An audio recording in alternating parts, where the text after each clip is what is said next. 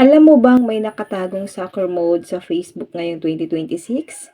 Sa loob lang ng ilang segundo, pwede mo itong i-activate at may lalabas na football theme effects. Hello guys, kung bago ka pa lang dito, huwag kalimutang i-follow ang page para sa mas marami pang tips and tricks. Simulan na natin.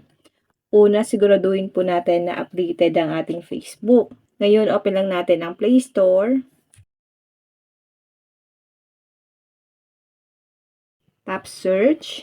Ito po sa may search engine, i-type lang natin ang Facebook. Tap natin ang search.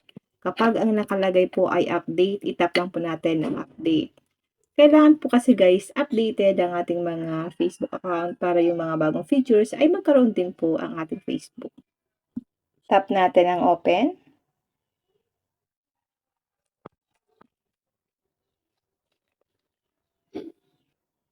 At dito guys, double tap lang natin ng mabilis yung Facebook na nakalagay dito. Soccer fans, this one's for you. Soccer mode on. Enjoy the in-app surprises and just double tap the logo to turn on or off. So, ayan guys, activated na po agad ang ating soccer mode.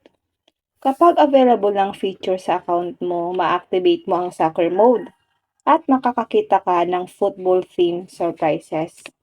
Sa ilang account, maaari mo ring malong press sa Facebook logo para lumabas ang football menu, game at custom app icon. Ang availability ng mga feature ay maaaring mag-iba depende sa account, device at rehiyon. Kapag hindi pa rin lumabas ang soccer mode, subukan mong i-update ang Facebook app. Isara at buksan muli ang app, maghintay ng ilang araw dahil unti-unti itong nire-release ng Meta sa iba't ibang users.